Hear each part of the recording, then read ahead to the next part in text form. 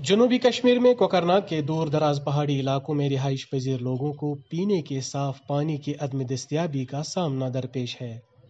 آج کے اس ترقیاتی دور میں بھی لوگ برف پگھلا کر پیاس بجھا رہے ہیں۔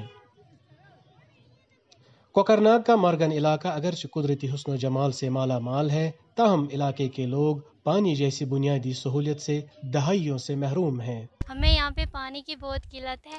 ہم آج برف کا پانی استعمال کرتے ہیں۔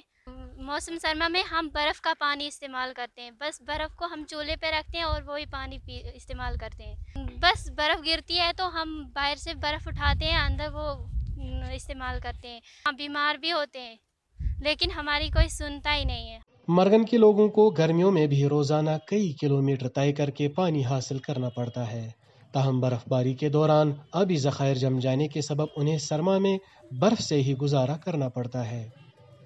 ہم غریب ہیں، یہاں کوئی دیکھتا نہیں ہے۔ 2014 میں یہاں پائپ لگائیں پر پانی آتا ہی نہیں، مہینے میں ایک بار پانی آتا ہے۔ ہم چاہتے ہیں ہمیں پانی ملے۔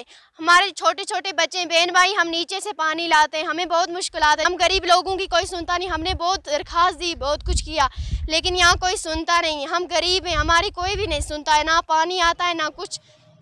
برف پگھلا کر پانی حاصل کرنا نہ صرف مقامی لوگوں کے لیے باعث پریشانی ہے بلکہ اس سے کئی افراد مختلف امراض میں بھی مبتلا ہو چکے ہیں۔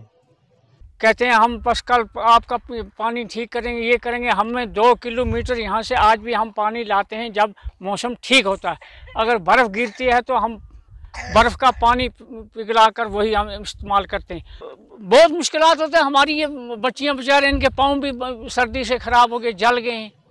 مرگن کے لوگوں کی مشکلات کو مد نظر رکھتے ہوئے ای ٹی بھارت نے محکمہ جل شکتی کے اسسٹنٹ ایگزیکٹو انجینئر سے رابطہ قائم کرنے کی کوشش کی، تاہم نہ تو وہ دفتر میں ہی موجود تھے نہ ہی انہوں نے فون اٹھانے کی زحمت گوارا کی۔ ای ٹی بھارت کے لیے کوکرناگ سے دین عمران کی رپورٹ۔